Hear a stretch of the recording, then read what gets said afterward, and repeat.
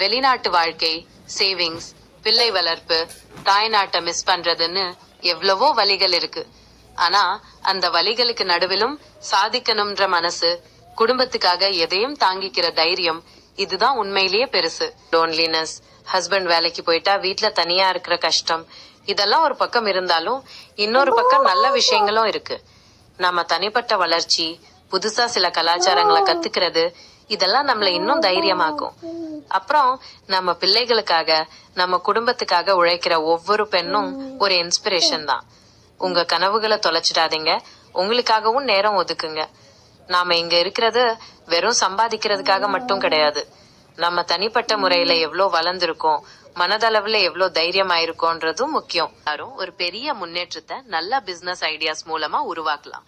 ஹிஜாப் sales, candle making, cake making, pastry, bakery, aari work, blouse design, chocolate work, இதையெல்லாம் பேசிக்கா சொல்லி ஹவுஸ் ஒய்ஃப் எல்லாரும் இண்டிபெண்டா இருக்கலாம். ஹஸ்பண்டுக்கு சப்போர்ட் பண்ணலாம். உங்களுக்கு ஒரு பெருமை இருக்கும்.